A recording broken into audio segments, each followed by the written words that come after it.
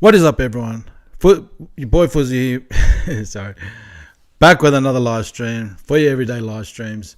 Today I'm going to be doing reactions on anything you want me to react to. If you're here joining in on the live, make sure you shoot a comment and let me know what you want me to react to.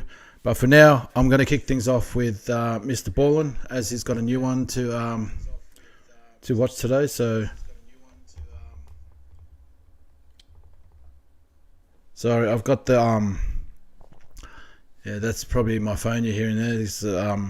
Apparently if I watch the chat on my phone, it actually I actually can see the comments come through quicker than the computer. So which I don't understand, but anyway, back to what I was saying. We got Mr. Ballin here. We got a new one from Mr. Ballin. It's only just been posted up 28 minutes ago.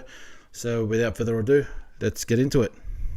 Today, we're going to look at 3 places you can't go and people who went there anyways. But before we get into today's stories, if you're a fan of the strange, dark, and mysterious delivered in story format, then you've come to the right place, because that's all we do, and we upload 2 or 3 times every week.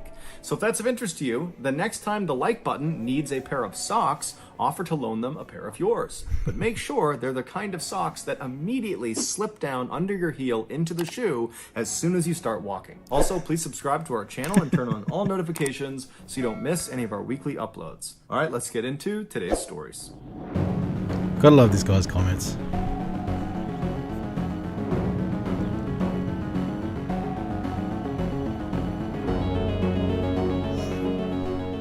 In 1990, 31-year-old John O'Brien was a landscaper in a town just outside of Chicago, Illinois. In January of that year, he and his friend David decided they wanted to escape the cold Chicago winter and go on some vacation to somewhere nice and warm. And so they decided to book a trip to the very sunny Caribbean islands of Trinidad and Tobago. They left for their trip just a couple of days later, which was believed to be January 8th or January 9th, and the hotel they were staying in was right near the airport in Trinidad. So they land in Trinidad, they get off their plane, they make their way out of the airport, they go to their hotel, they drop their luggage, and then they headed out to explore the town. And over the next couple of days, they not only explored Trinidad, but also the island of Tobago, which was a 4-hour boat ride away. And they had great food, they saw some really cool attractions, and just overall, they had a chance to relax in the warm weather while all their friends back home were freezing in Chicago. And so, by all accounts, their vacation was going exactly to plan until Sunday, the 14th of January. This was the day before they were supposed to fly back to Chicago. That day, John began complaining of some unnamed health issue, which has not been made public, so we don't know what it is, and he went to some drugstore in town in Trinidad to look for a specific medication for this unnamed health issue. But the drugstore did not carry this medication, so John left and he went to another drugstore and another store, but nobody had this medication. And so by the time John got back to the hotel and saw David, David would later remark that John was not only distraught about not having this medication, but John was disoriented. Like, whatever this health issue was, it was starting to manifest itself in this kind of disoriented state that John was in because it was not being treated. But eventually, David decided that John was okay enough that they did not need to call a hospital or call a doctor, and the 2 men decided to just go to bed, because after all, they had a very early flight the next morning. So the 2 men climb into their respective beds, which are in the same room, 2 twin-sized beds, and they fall asleep. But about an hour, maybe an hour and a half after David had fallen asleep, he wakes up to some man standing next to his bed, choking him. He's grabbing his throat and throttling him. And so David has no time to respond to what's going on. He just starts grabbing this guy's hands, and he manages to push them off of him. And then this guy who's standing next to his bed grabs the lamp next to him and smashes David from getting hit, falls out of the bed. He lands on the ground. And this guy, his attacker, jumps on top of him, and the 2 men are fighting. But eventually, David manages to overpower this guy, and he kicks him off. And as soon as he does that, he realizes this guy that's been attacking him is John. And his John is completely naked. He's got no clothes on. What the? And so John just stands up, and David's looking at him like, what? That's got to be a traumatizing sight. Man, not only to have someone beat the shit out of you, your own friend, but naked? Come on. what's going on? And John just runs out of the hotel room. He ends up running down the hall. He goes down the stairs. He runs past the front desk, out the front doors of the hotel, and just takes off running. And so John runs for several minutes until he reaches the airport. But instead of going through the front gates, he goes to the side of the front gates where there are these huge chain link fences with barbed wire at the top. And John, again, wearing no clothes, climbs up the chain link fence and then manages to navigate the barbs at the top and drops over onto the other side. But where he landed, although it was on airport property, it was kind of like a trap because this airport had two fences around its perimeter back to back. And so where John landed was like this grassy no man's land between these two fences. But John was on this kind of deranged mission, so he stands up, and instead of trying to get back out again, he turns and climbs the next fence, the one that is closer to the airport. And so he climbs up this fence, he manages to get past all the barbed wire at the top, and he drops into the parking lot on the other side. He stands up and just continues running towards the main building of the airport. But between him and the main building of this airport is this huge concrete wall that doesn't look like it has any place to grab onto to climb over it. But John runs up to this wall and manages to climb up and over the wall. And where he landed on the other side was right next to this security guard shack. And so he comes crashing down, and the 4 security guards that are in this shack, they see him come over the wall. They see this naked guy just suddenly appear. And so they I'm just... That would be so traumatizing. I mean, you can hit me and everything and do whatever, but fuck, like, you know, nothing's worse than having some guy hanging over you with their thing dangling out all over you. Like, that's messed up. That's just clearly messed up. Out to apprehend him and figure out what's going on. But John apparently attacked them. We don't know exactly what he did, but he managed to overpower all 4 of them, and he stole their 4-wheel drive vehicle. And so John just bombs away from the security guard shack with the 4 security guards chasing him on foot. And John, he weaves around the outside of the main airport building, and he heads out onto the tarmac. Out on the tarmac, there were several planes that were moving into position for takeoff. One of those planes was this huge British Airways jet airliner passenger plane that was actually the next to take off. They'd already fired up their engines, and they were sitting at the top of the runway just waiting for clearance. And John just drives directly into this plane. But the vehicle he was driving, this little 4-wheel drive vehicle, it was not tall enough to actually strike the main body of this plane. So instead, when he hit this plane, he basically got wedged underneath one of the wings. At this point, the 4 security guards that had been attacked and had their vehicle stolen from them, I mean, they're running towards the tarmac, but they've also alerted other security personnel in the airport who are all streaming out onto the tarmac towards this British Airways plane and this vehicle and John. And so as they are descending on the scene, the security guards would see John from the passenger seat of this 4-wheel drive vehicle. He stands up, and they can see he's got a pretty nasty cut on his shoulder. And John reaches up and starts rubbing his hand on the underside of the plane, which had been damaged from running into it. And there was oil leaking off the underside of this plane, and John began rubbing this oil around and then dabbing it into his big wound on his shoulder. And then after packing it with this oil, John leapt out of the wrecked 4-wheel drive vehicle and then just took off running away from all these security guards and away from this plane. And in the chaos of this moment, all these security guards and all the airport personnel that were descending on this scene, they managed to lose sight of John. He disappeared on the backside of this plane. And so, man, I was gonna say, like, this guy must be on some serious drugs, but the fact is he's not on drugs. He's clearly sober, and he's just that's just an illness that's just drawn him to do this extreme crazy shit. All these security guards and airport personnel, they come to a stop about 100 feet away from this plane and this wrecked vehicle, and they're just kind of staring at it, wondering, you know, what are we going to do next? Tell you what, mental health is a hell of a drug. In and assist with this situation, when all of a sudden somebody notices John about 300 feet away on the other side of the plane. He comes out from behind a building. And so he's running towards the plane. He's running towards this wall of security guards and other airport staff. And John, he manages to get all the way up to the plane before anybody can come up and apprehend him. And when he reaches the plane, he stops for a second, looks up at the engine of this airplane that's still spinning. It's been turned on, and John jumps into the engine, and instantaneously John ceases to exist. He is completely decimated. No one knows for sure what actually caused John's rampage, although it's assumed it had to do with whatever this unnamed health issue was. Ultimately, his death was ruled a suicide. I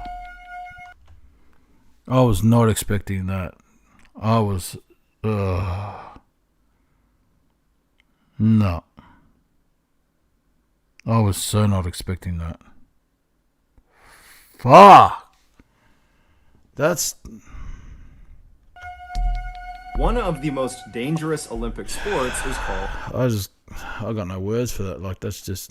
luge. In a nutshell, one or two people who are called lugers will ride a sled down a hill as fast as they can. But this hill is this narrow, winding bank. Sorry, Puss, come on. Come on, Puss.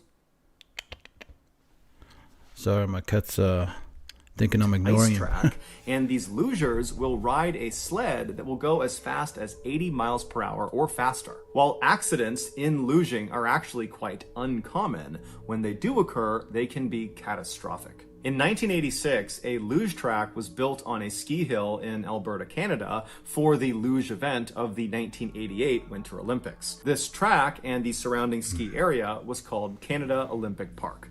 Man, I'm still disturbed from that guy throwing himself through the propellers, like, whatever it is, After the Olympics were over, this park was open to the public for recreational purposes. Nearly 30 years later, on January 29, 2016, 3 teenage boys snuck into Canada Olympic Park after hours. They made their way up the hill until they reached this blue 6-foot-tall fence that was covered with warnings telling people to stay back and don't go past this fence unless you are authorized personnel, and these 3 teenage boys were not authorized personnel. Inside of this 6-foot-tall blue fence was what looked like this tall flight of stairs that led up to what looked almost like a log cabin.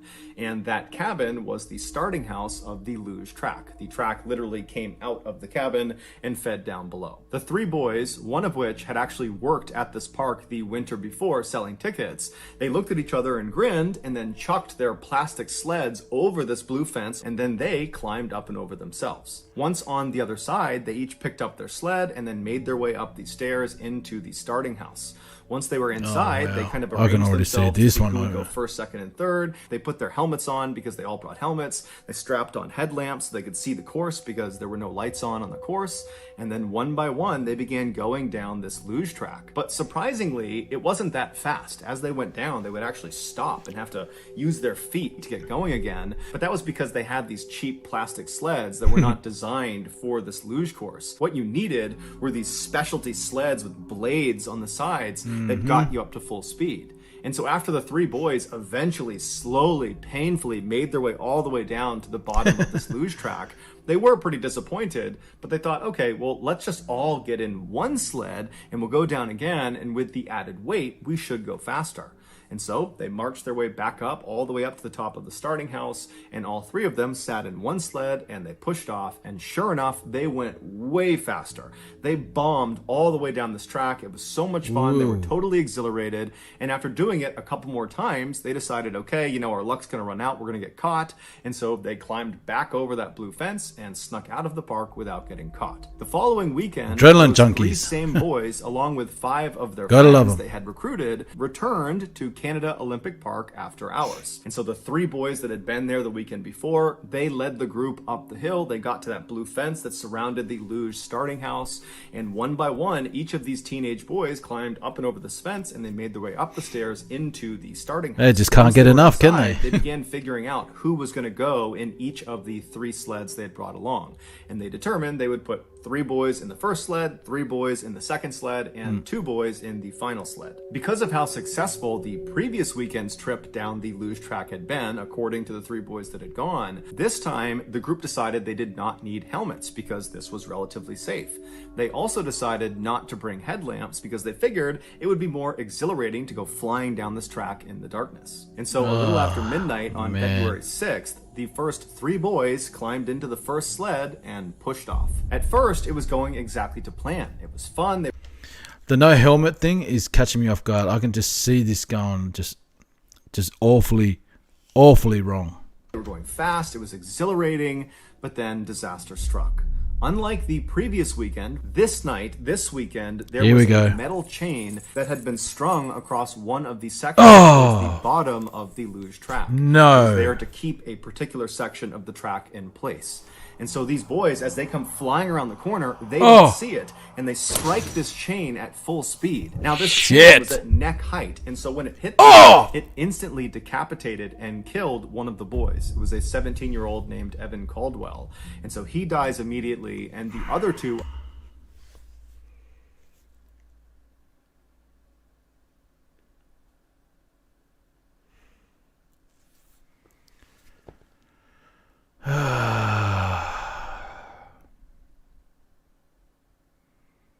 That's just... Seriously? are thrown from the sled and landed unconscious. Now, back up at the starting house, they have no way of knowing this has happened to the first sled. Not only because they can't see anything, but also because the boys in the first sled are not making any sound. They're either unconscious or deceased. And so at some point, the second group of boys thinks they've waited long enough to account for the first sled to get down and out of the way. And so they load up their sled and they push off. And so they go flying down, it's going great, but just like the first sled, at some point they turn that corner and they hit that chain. But miraculously, the second group of 3 boys, they hit the chain in such a way that they kind of slipped under it. And so they were all thrown from their sled and kind of smashed into the track, but the worst injury of the second sled was just a broken ankle. Shit, but there's the third sled. They stand up and they're totally... Shit, there's still a third sled. Shit. Man, disoriented. It's dark. They don't know what they just ran into. And before they had a chance to kind of collect their thoughts and yell up to the starting house to try to warn the third and final group not to go, it was already too late. All the boys could do in the second sled group was to just get out of the way as the third and final sled carrying the final 2 boys came bombing down, and they too struck that chain at full speed. One of the 2 boys on board this third and final sled was a 17-year-old named Jordan Caldwell, and he too, unfortunately, would be decapitated. Man, that's fucked up. He was actually the twin brother. That's messed up. That's so messed up. Oh man, I don't know if I can stomach this. Man.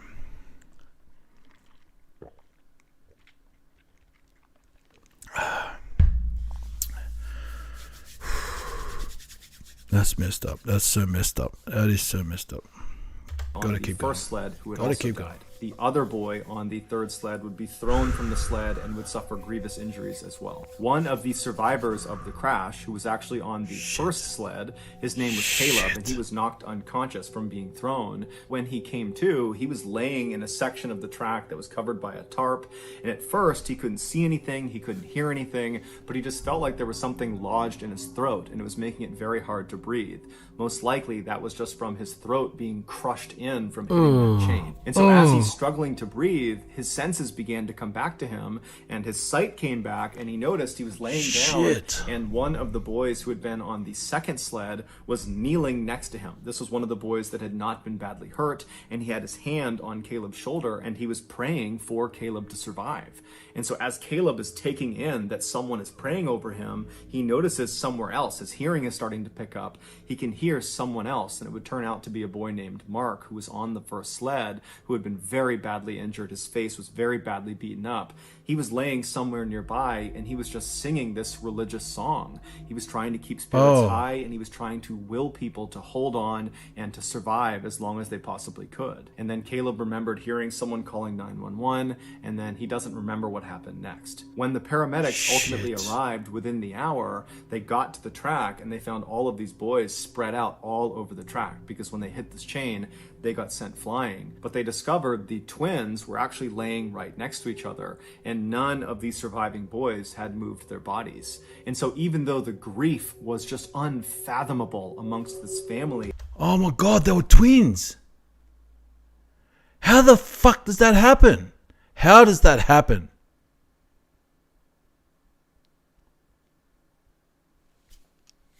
I'm so stupid. How the fuck did I not notice that? The twins. How does that happen? That had That's lost so their heartbreaking. two sons, there was some solace in the Shit. fact that despite having come down in different sleds, that the twins, Evan and Airbus Jordan, would were have got together there in their final moments. The 6 survivors To a- of this they would have accident attended a would horror walk away scene. from it with life-changing Shit. head injuries and other medical issues, and they would walk away with an indescribable sense of guilt and regret. But they consider themselves lucky because at least they survived. Man.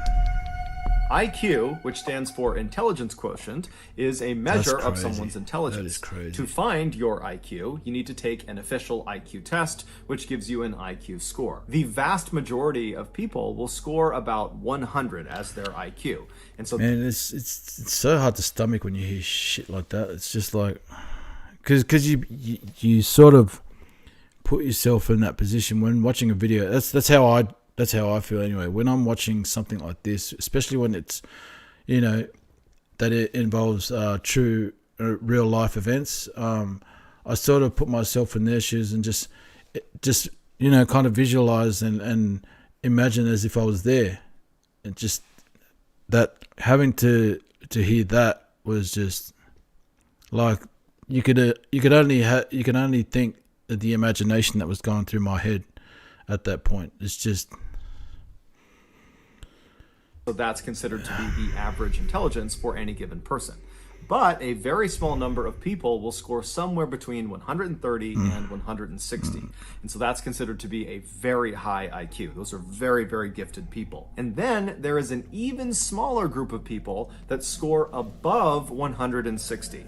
And so that is the genius class. Anybody who scores above 160 is literally a genius. To give you a sense of just how rare that is, Albert Einstein, who is largely considered to be one of the smartest people to have ever lived, he was not even considered a genius, at least not by his IQ. He was about 160, so right on the cusp of geniusness. But as we will learn from this story, having an exceptionally high IQ does not make you immune to making unfathomably bad choices. In 1991, 31-year-old Jackie Katarik, who had a genius IQ of 170, so she was smarter than Albert Einstein, she graduated from UCLA Medical School with honors. She completed her medical residency, which is like a multi-year apprenticeship for new doctors, at Cedars-Sinai Hospital in Los Angeles, which is one of the very best hospitals in America. After that, she opened her very own practice just north of LA in a town called Bakersfield, California, and she also became a part-time professor at her alma mater, UCLA.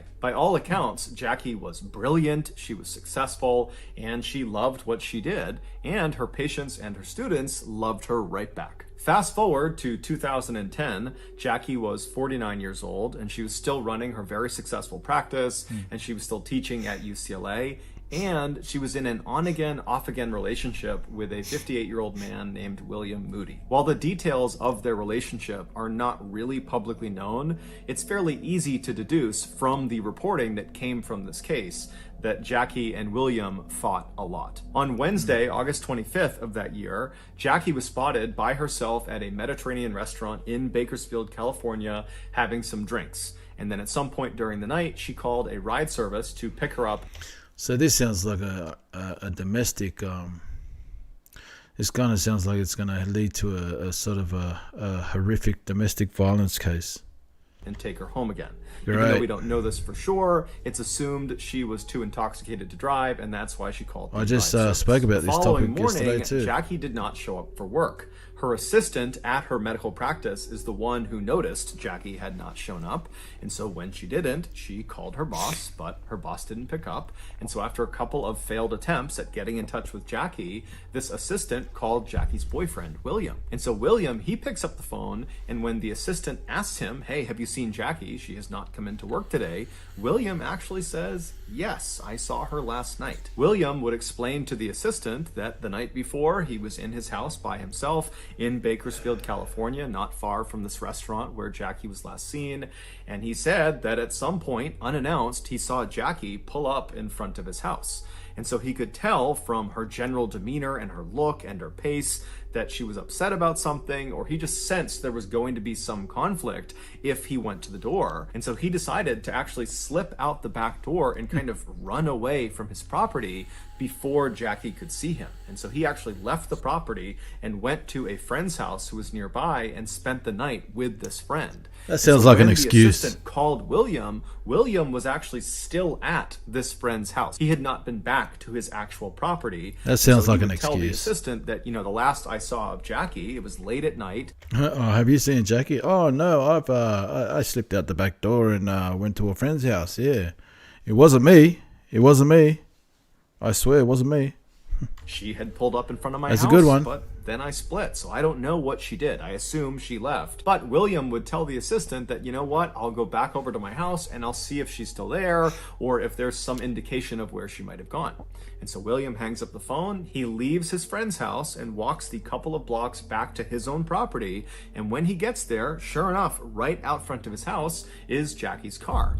Now, William knew his house was locked and Jackie didn't have a key. And so Jackie must just be sitting in her car waiting for him to return. And so William walks up to the car expecting to see Jackie and expecting probably to fight about something. But when he gets up to the car, Jackie's not in there. She's not there. But her purse, her cell phone, her wallet, that's all over the inside of the car. And so William turns and looks at his house thinking, is she in the house? Did she somehow get in? Is she on the back of the house? And so William just starts yelling out for Jackie as he begins to walk around his house. And so as he goes around towards the back I of can the see house, where this he's is yelling going. out for Jackie. No one's calling back. And then he reaches the back of the house and there's no sign of Jackie, but he sees there's a shovel on the ground near his back door. And then he looks at his back door and it looks very obviously like someone, probably Jackie, had been using the shovel to try to pry open the back door. Like they were trying to break in, but it hadn't worked. And so William just kind of sees that and then continues walking around the other side of the house. So he's completely walked around the entire property. There's no sign of Jackie. And so he's thinking, okay, I guess she must have gotten in somehow. She's in the house somewhere. And so William goes to the front door. He unlocks his front door. He goes inside. And even though he knows all of his doors have been locked, all the windows are locked, he's kind of on edge because he's thinking she's got to be in here. But he walks through his house and there's no sign of Jackie. Wow. And there's no sign that anybody else had been in there since he was last in there. And so he's totally puzzled because it doesn't really make any sense that Jackie's car is out front. But he's thinking, okay, maybe she got here and then she called a ride service and went somewhere else. You know what? I bet you she's crawled in somewhere and she's... and I bet you it's been I can see it now. It's probably some really tight spot and she either suffocated or probably sewage and she drowned. I don't know.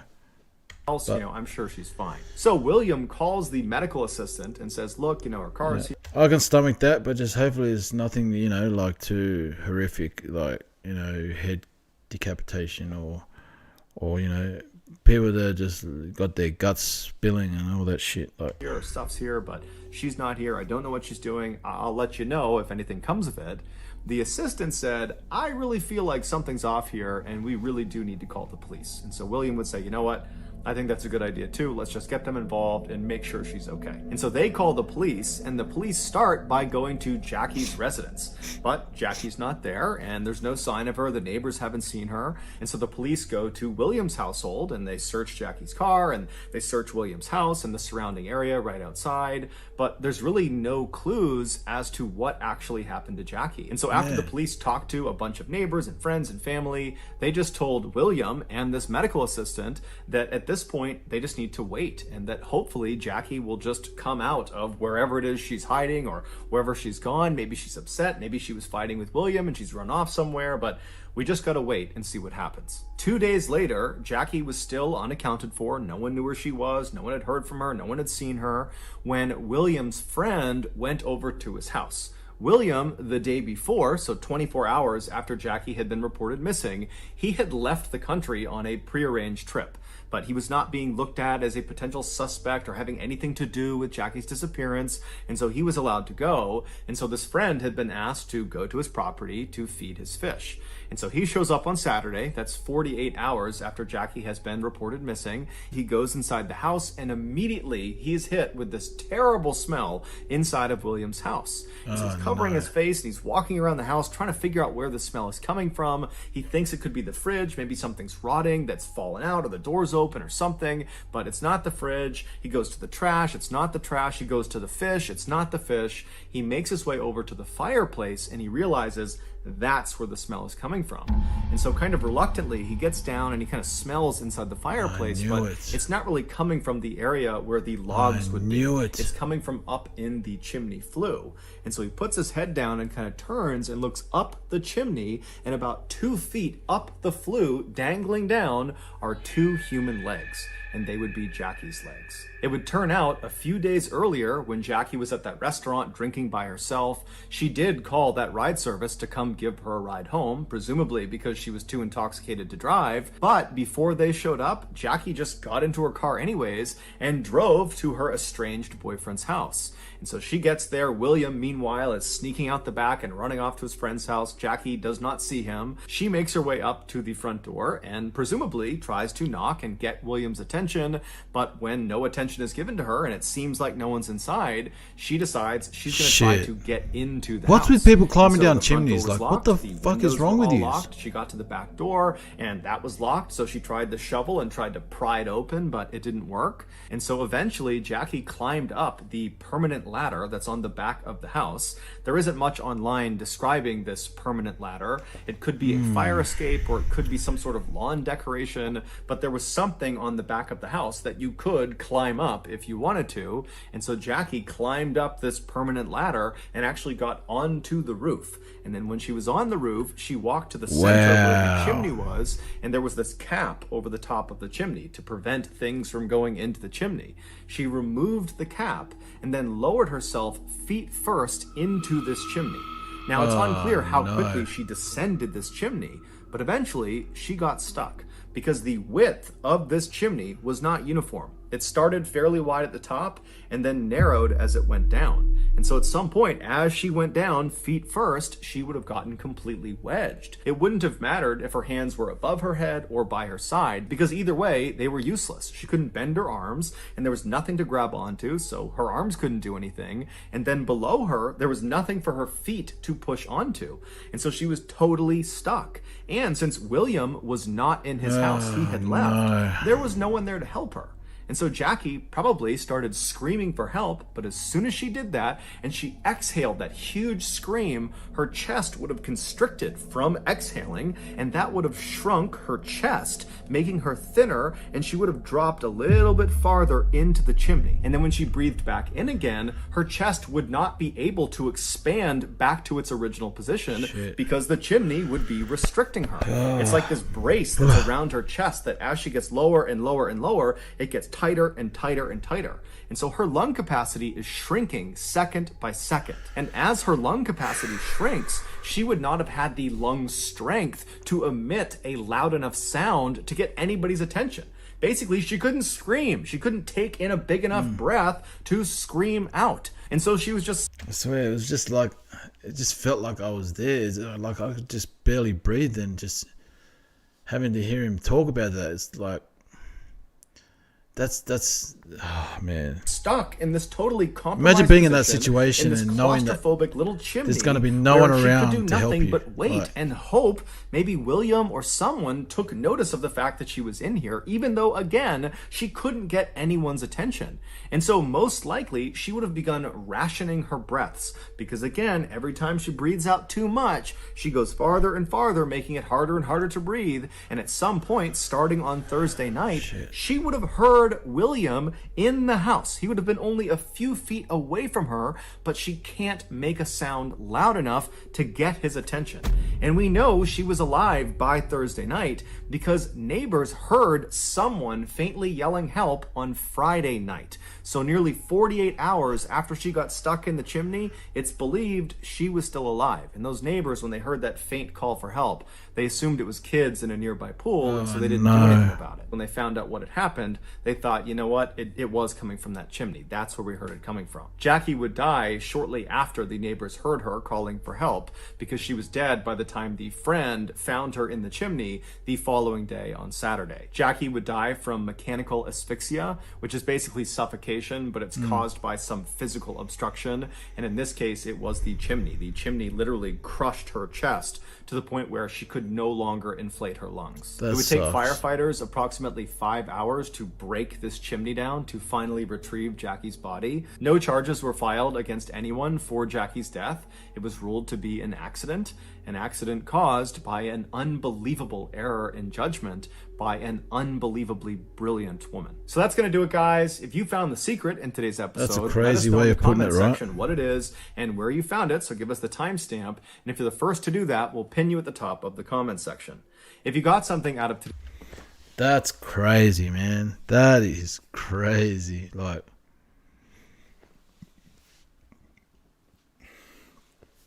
excuse me.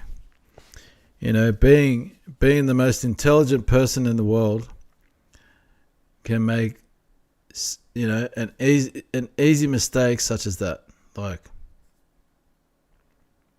and she should have known by the measurements of the chimney too. But I guess, you know, in a sense of things, like, she was intoxicated, so that probably would have, you know, it wouldn't have helped much at all. You know, because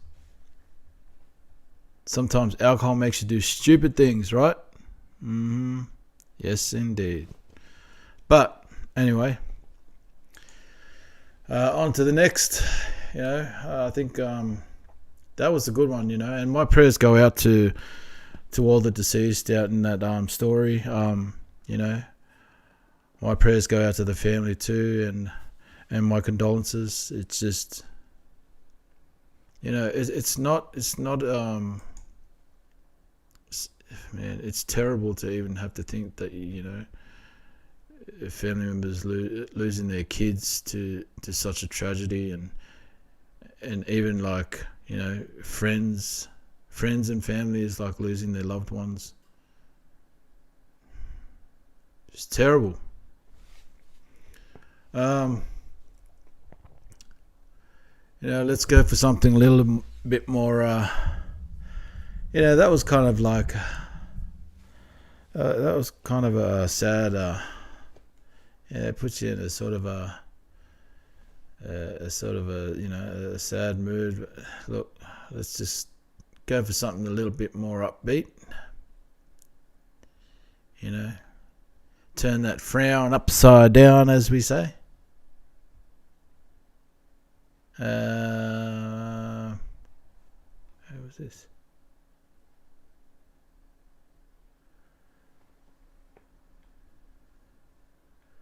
Emotional. More COVID cases. Yay. You know, because we love hearing about COVID cases, don't we?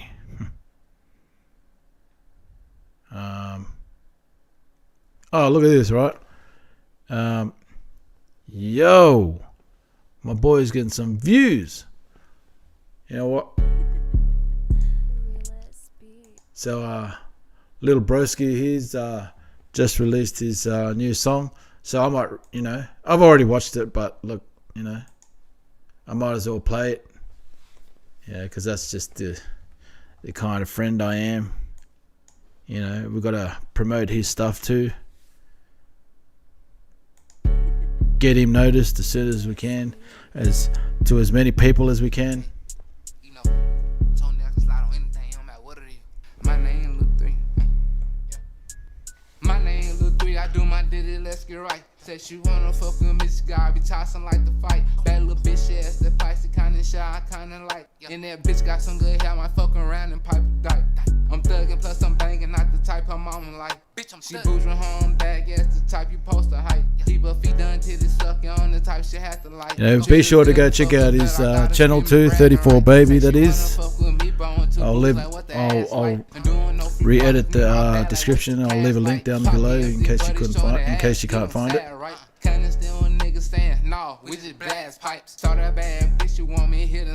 He's doing well, you know. It's crazy. It's crazy how we met. Like, man,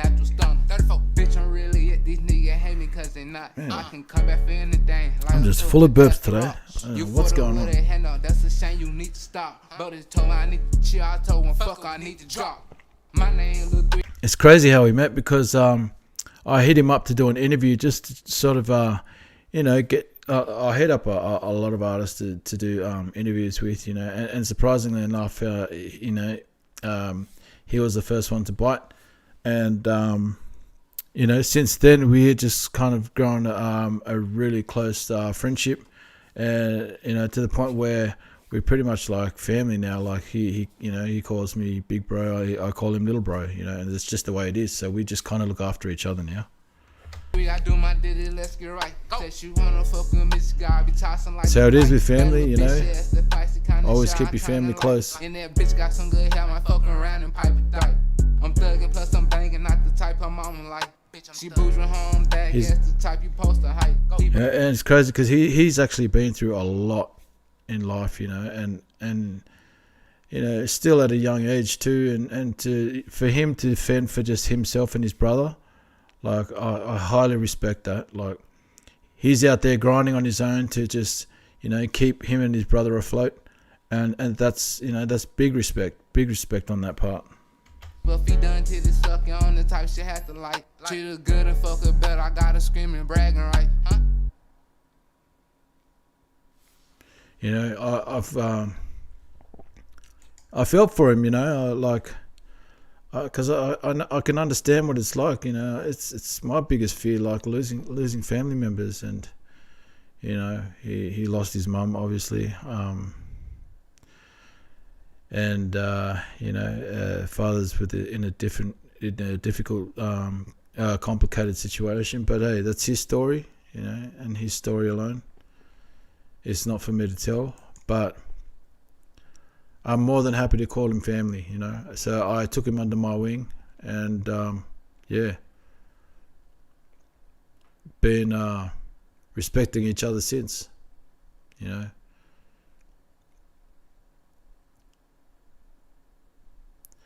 And I don't regret a thing about it. And yeah, I'm glad that we've built a good friendship, and you know, and that I can motivate him to keep continuing on in his music career, and I keep pushing him towards it because I know deep in my heart he will make it big someday. I know that for a fact, and you know, he's got that drive to want to be better and do better in his music, you know. And I just don't want to see him fall back to the streets and you know, end up having to, you know, getting into gang life and all that. Yeah, because look, you know, I've had my fair share of, you know, being in groups and not so much gangs, but you know, being in a group of friends, you can kind of say a gang, or you know, but a group of friends that we tend to cause a lot of trouble and roughen the streets up a bit. You know, it comes with a lot of drug addiction and you know, all that criminal activity that you do. But that life's long gone. and I can understand that, so I just don't want to see someone who's got potential to be a great musician and person, fall back into something that I've experienced in my pastime. So I just feel like, I want to sort of, give him some, some tools to be great in life, because there are so many opportunities out there to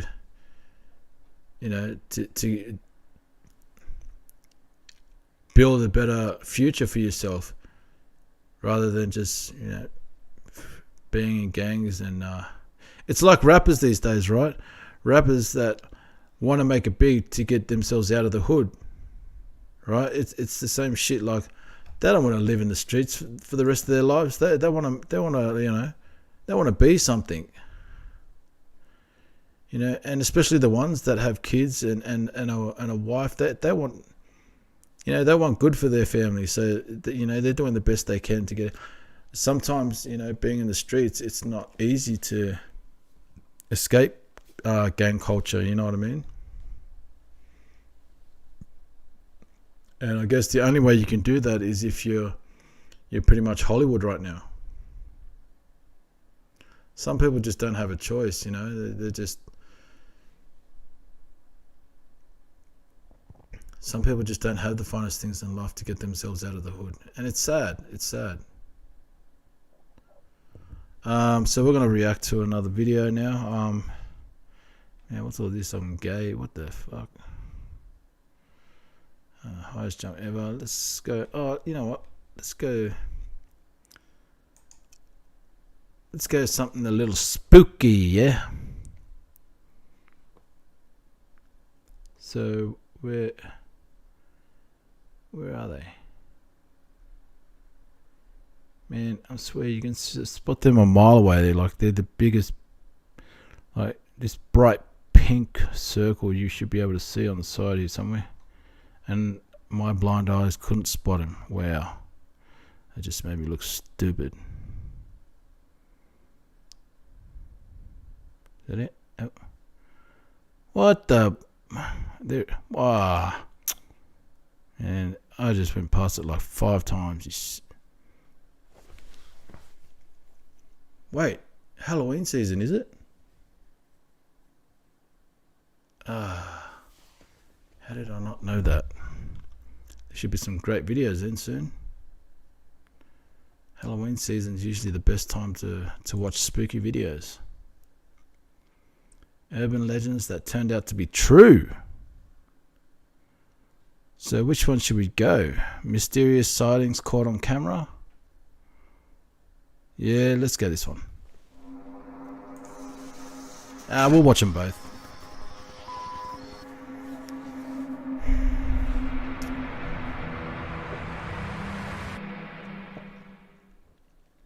How you doing? I'm Callan and this is Slapped Ham. Today we're looking at some mysterious videos that are leaving viewers baffled. So hit that subscribe button and get ready. So for anyone who doesn't know Slapped Ham, be sure to go check out their channel. They've got some amazing content there if you're into, into mysterious, spooky, creepy videos. Definitely go check them out. For more creepy content, just like this.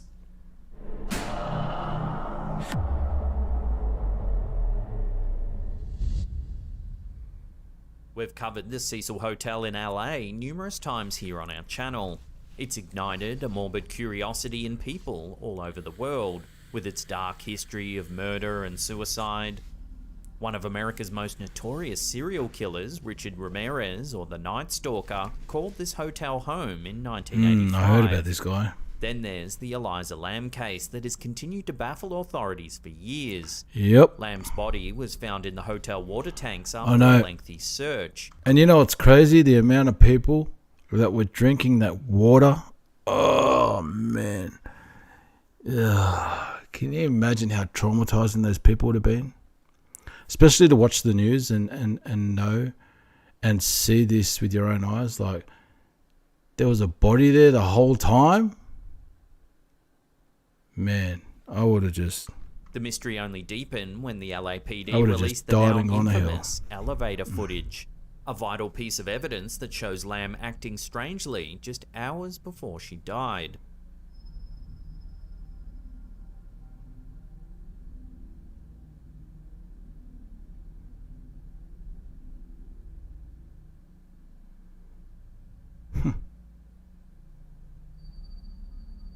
That's Now, crazy. a new Like, piece of footage captured inside the CCTV. no matter how many times you watch that video, it's just creepy to see that. Like, and it makes you think, who was she talking to? Like, people, people have speculated that there might have been a person there and that person's got something to do with her disappearance, or the fact that she's talking to an apparition, and this was just a dark, sinister, but you know what? Cecil Hotel has been released. Until TikToker VNG uploaded a short clip Until we taken can by get their some uncle, sort who's of part of a team video that's that renovating shows the old hotel. the other side of that Take a look at what happens. hallway. Yeah. Then we'll never know. As you can see, the door seems to open all by itself.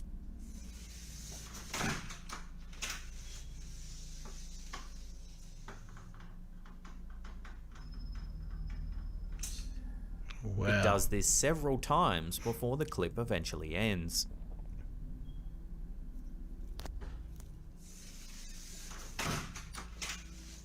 It looks like they're refurbishing it. Like, it looks like they're just... So someone must Even have though bought the that building hotel and has they're seen gonna... plenty of real-life crimes and horrors, the comment section remained divided on this clip. Several Looks like they're gonna commentators redo the noted whole that many hotel hotels again. have automatic doors for workers and guests, which could explain why the door is moving. They also noted that it was interesting that the camera person moved his camera every time the door did any movement, meaning any activation light could have turned on off camera. Another commenter noted that the door looked like it was undergoing a test as part of the hotel's fire alarm system, which could explain its rapid opening and closing. Still, others were adamant that this was proof of the hotel's haunted history, with some comments saying that they had stayed at the hotel and experienced some very unsettling things firsthand. So what do you think? Do we have proof of something ghostly here? Or was the TikToker's obviously, uncle because having a goof at his niece's expense? how else would you explain that?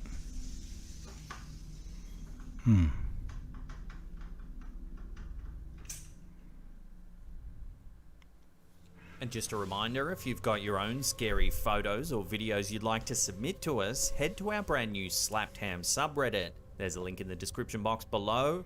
You can also email us at the address that's seen on screen there, submissions@hammedia.net. Many of us like to think that the spirits of loved ones will visit us once they've passed away to watch over us. It's a comforting thought for many, though a creepy one for others. Reddit user mgirl21202 shared to our Slapped Ham subreddit an example of what she believes to be Yeah, really, in saying that, I'd find that a comforting one, because, like, I'd rather that than an evil spirit, right? Like, why would you want an evil spirit around you? I'd rather... her grandmother's spirit. I'd definitely checking rather in a on family her member son. looking over us, for sure. In the first picture the Redditor shared, we see a photo of the grandmother in question. The second photo shows us a screenshot taken from some type Oh, of security wow. system inside her son's room. Her son is standing to the left of frame with his arms up. Oh, Directly wow. behind him in the doorway, we can make out what seems to be an older woman wearing a gown. The Redditor explained that her grandmother looked exactly like the figure does in the photo, even Oh, wearing wow. the same gown. That's not creepy. That is Most comforting. other Redditors were amazed by this and believed it was indeed the grandma coming to pay her grandson a visit, perhaps even trying to comfort him. And keep him safe, you know. Of course. A video shared to Reddit by user Ashik Sunil shows something mysterious lurking deep in the woods. Take a look at what was captured on camera. A Sheikh Sunil. Hold short to 66 level.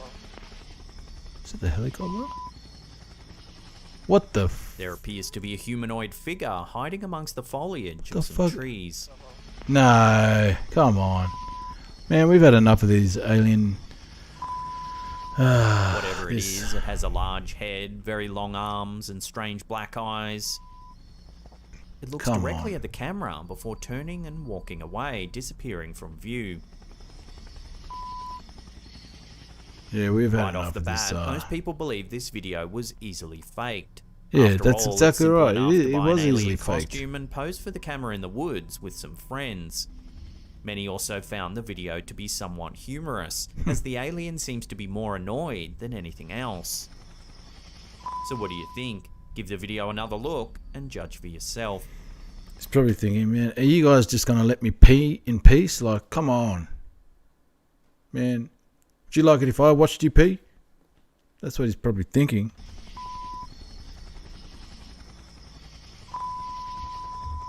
Just leave him alone. Come on. User Oh, what the- Polio shared a what picture the to Reddit that was taken by a frick family is that? friend. Seems to show something rather eerie. In the photo, we see 3 young children standing on the top of what looks to be a small bench leaning against a fence. Just in between the 2 kids That on can't the be right, real. an unsettling That, face can that be can't seen. be real. No way. It has piercing yellow eyes, white skin, and a mouth that is agape. Yeah, I can't see that being real. Come on. Some people in Really? the comments section believe that this was just a person wearing glasses that reflected harshly in a flash. Although, zooming in, you can't make out any frames on the person's face. Yeah, and like, would you really take a picture of your The kids OP doing that? said Like, come on. This photo was taken adjacent to a cemetery, although where and when remains unknown. Yeah, come on. So, until Stop more the info cap. comes to hand, the truth behind this eerie photo Stop will have to the remain cap. a mystery. You know damn well that's a Actor and mannequin and you model just took a Tanalia picture making posted it a out photo like it to her was taken out Instagram of the that cemetery. freaked her Come on, followers stop the out. cap. Over the course of several months, Leah and her partner Nick Hogan, son of former wrestling star Hulk Hogan, posted that strange things were Hey, happening around their damn, he's house gotten a bit that they old. couldn't quite Jeez. explain. Didn't recognise Then him in there for a second. August 2021, Leah posted a series of still frames from her CCTV security system. At first glance, nothing looks particularly out of place. In the second screenshot, we can see a figure standing in a doorway at the very end of the living space. The figure looks to be a woman wearing a black dress. Does it? I The can't night s- this footage how, was how, captured, how do you make Leah out heard that? some strange noises coming from their cinema room. When she checked the security app on her phone, she saw the strange person standing in their kitchen. Close friends who saw the image were freaked out, but thought the figure looked strangely similar to Leah herself. How do you get a female wearing a black dress out of that? Some comments agreed that it felt paranormal in nature, but a lot of people said it was just probably a looks like prowler nothing and but that a she blur, should call like- the police.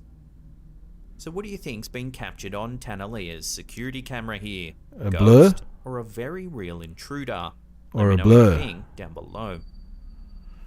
Yeah, I'll leave a comment down below. It's a blur. It's a blur. This next clip comes from the Facebook page Zona del Terra. It seems to show something eerie unfolding on a quiet country road.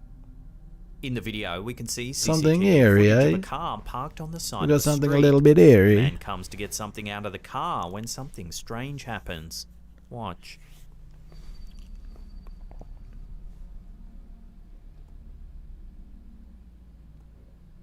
Whoa, whoa, whoa. Hold up. What was that? Watching that again, we can make out what seems to be a transparent figure that appears directly behind the man. Whatever it is, it seems to push the man from behind.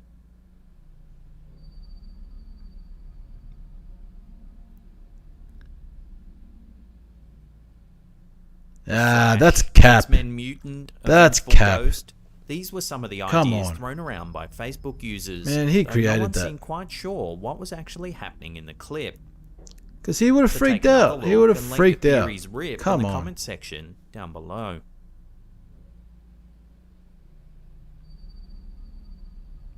Man, how do you act that calm? Like, it was full like, there's no one there. I mean, there's no one there, exactly. So who else pushed you? Like, you're just going to act that calm? Like, come on, man.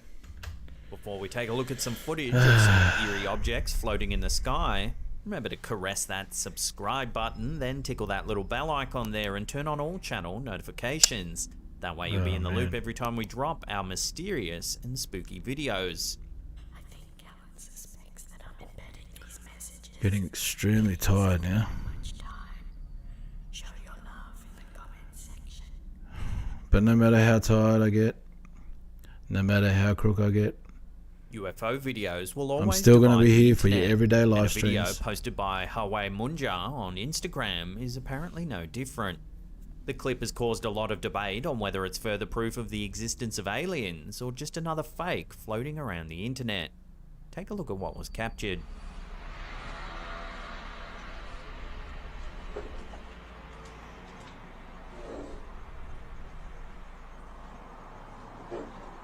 What? We can see the sky is filled with what looks to be hundreds of bright circular objects. Oh, man. It's an alien invasion. Oh, man.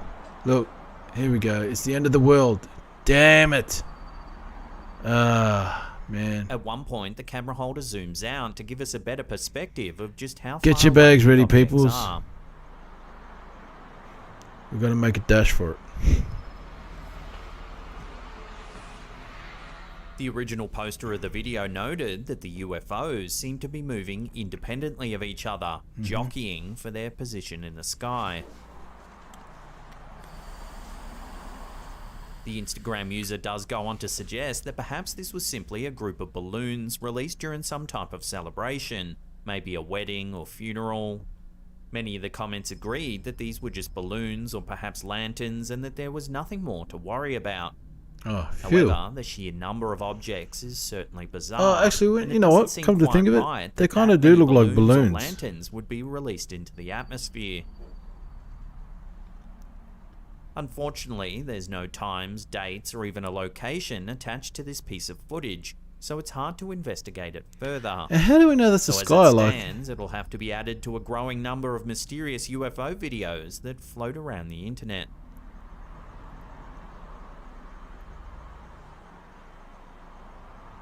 man, how do we know if that's even the sky? Like, Now, if you want to see some more mysterious videos, then check out that link on the top there. Otherwise, we have a spooky playlist right there that'll keep you entertained well into the evening, we promise. it's the same Now, thing. remember to check out our awesome range of hoodies and tees. There's a link in the description. Range of hoodies and tees. Hoodies and tees. Make sure, make sure you go check out his channel. He's got some very interesting content there. Great videos. If you're into the mysterious, spooky, creepy, scary videos, definitely go check him out. If you're into the, the afterlife or, the paranormal, poltergeist, any of that crap, definitely go check out Slapped Ham. Mr. Ballin, definitely go check out his channel. One of the greatest storytellers on YouTube ever. And definitely go check out my channel, the most interesting, channel of all YouTube. All your crazy content, all your random videos. I post up, daily rap news and doing everyday live streams. I got a bit of comedy there, some voiceovers. I just try to do a bit of everything just to keep people entertained. I like keeping people happy. I like making people happy, and and I guess working into being an entertainer for your viewers is something I'm definitely going to be working hard at. So I hope you guys enjoyed the video. Make sure you smash the like button. Subscribe if you haven't subscribed to my channel. Definitely go check out my other videos, and I'll be back tomorrow night. So until then, adios, people.